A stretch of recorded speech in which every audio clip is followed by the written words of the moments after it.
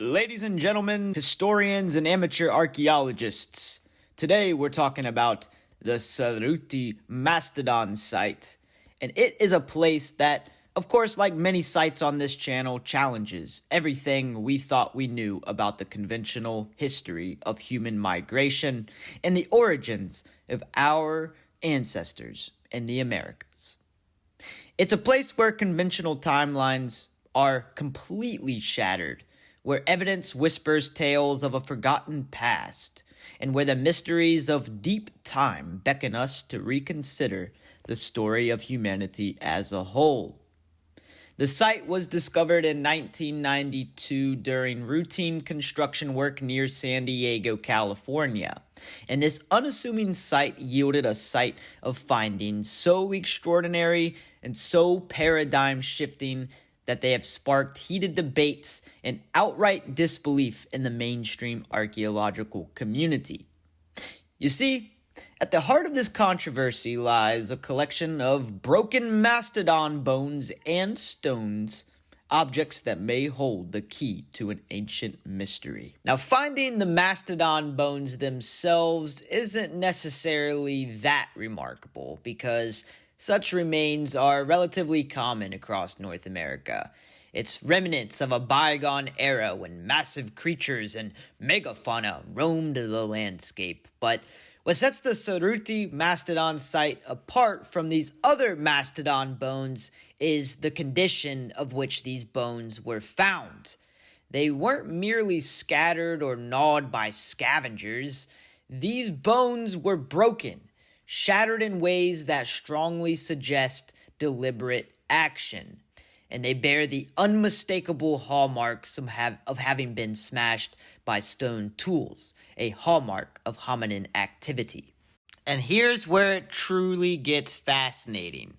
Radiometric dating using uranium-thorium methods revealed a stunning age for this site, approximately 130,000 years old.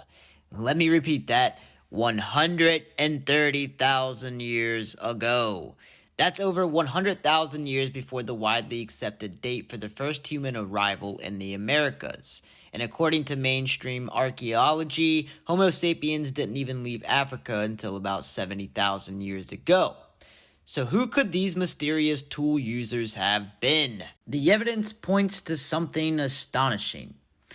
At the Cerruti Mastodon Site, researchers found large cobblestones that had clearly been used as hammers and anvils.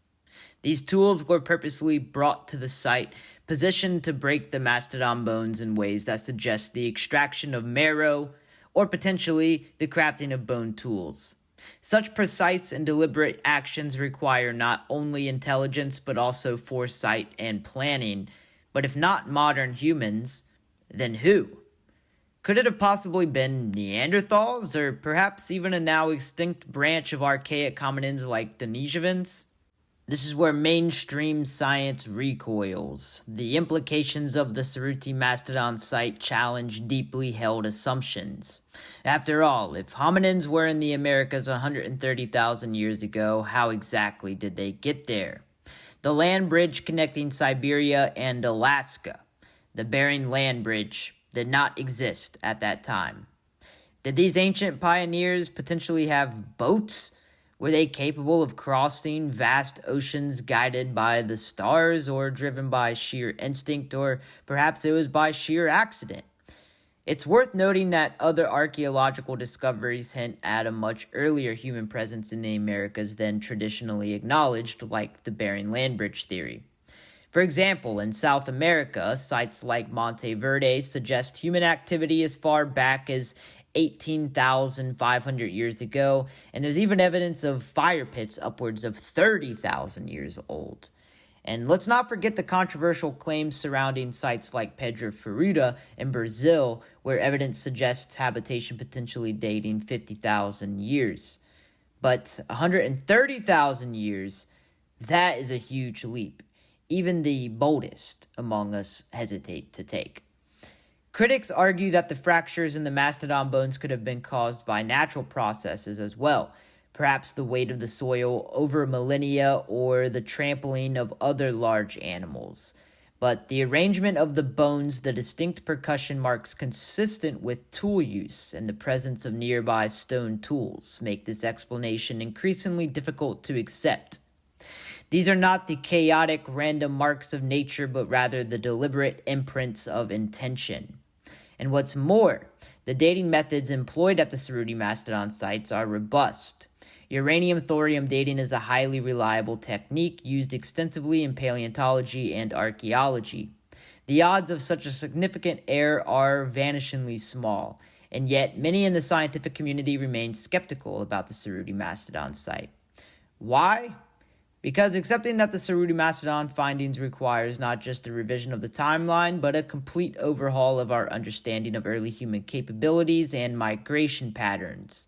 We are left with tantalizing questions. If hominins were in the Americas 130,000 years ago, where did they go? Why is there such a vast gap in the archaeological record?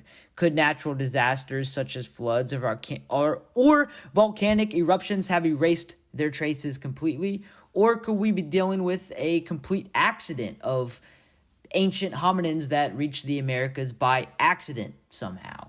It's a possibility. It could have been a very small band. Or what if it's... Now, this is crazy here. I'm not saying this is true by any means, but what if it's Bigfoot? But nonetheless, there's another layer to the mystery. It's a deeper, more unsettling one. If the Cerruti Mastodon site is indeed evidence of an ancient human presence or hominin presence, what does it say about our broader understanding of prehistory in totality? Could there have been other advanced hominin species capable of feats we've yet to imagine? Could there have been hominins existing in the Americas that we did not know about that were potentially very, very small in numbers? Could their stories, their triumphs, struggles, and legacies be buried beneath layers of earth, waiting for us to uncover them? This is really the beauty and also the frustration of archaeology.